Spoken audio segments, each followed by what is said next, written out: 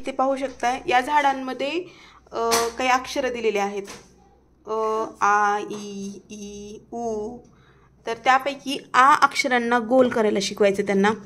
तर इथे पाहू शकताय लाल पेननं लिहिलेलं आहे, तर म्हणजे आपण निळ्या पेननं गोल केलं तर त्यांना समजून जाईल की म्हणजे ओळखून येईल। तर आ अक्षराला गोल करायचं आहे।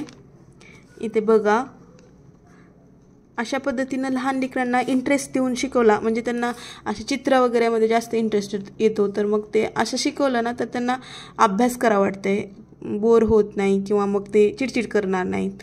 तर अशा पद्धतीने आपल्याला शिकवायचं आहे लहान मुलांना। इथे बघा अक्षर ओळखा व गोल करा। तर इथे काही अक्षर दिलेले आहेत, तेच अक्षर या अक्षरांमध्ये या दिलेल्या अक्षरांमध्ये त्यांना शोधायचे।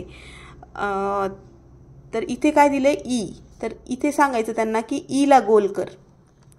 त्यानंतर इथे आ दिले तर इथं आ ला गोल कर म्हणून शिकवायचे।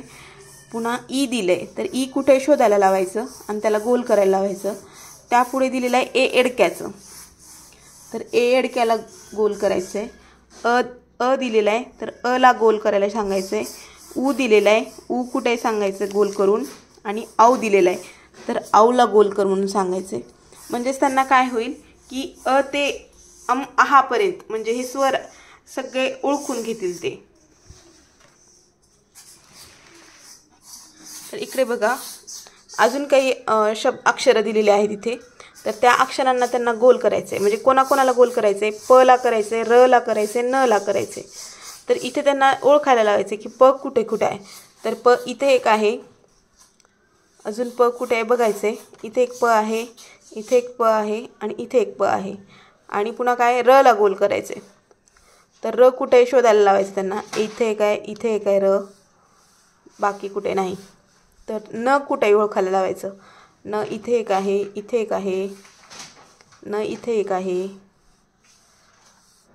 इथे एक आहे। म्हणजेच त्यांना कळते की प कुठं आहे, प कसं लिहितात, न कसं लिहितात, यांची चांगल्या पद्धतीने ओळख होते लहान मुलांना। तर अशा प्रकारे आपल्याला मराठी अक्षरं त्यांना शिकवायचे आहेत, ते आहापर्यंत आणि क पासून ज्ञानेश्वरापर्यंत। अशा पद्धतीने लहान मुलांच्या तुम्ही प्रश्नपत्रिका घरी पण तयार करू शकता। आणि जर तुम्हाला हा व्हिडिओ आवडला असेल तर लाईक, शेअर, सबस्क्राईब करा। असेच नवीन व्हिडिओज पाहण्यासाठी माझ्या चॅनलला सबस्क्राईब करा।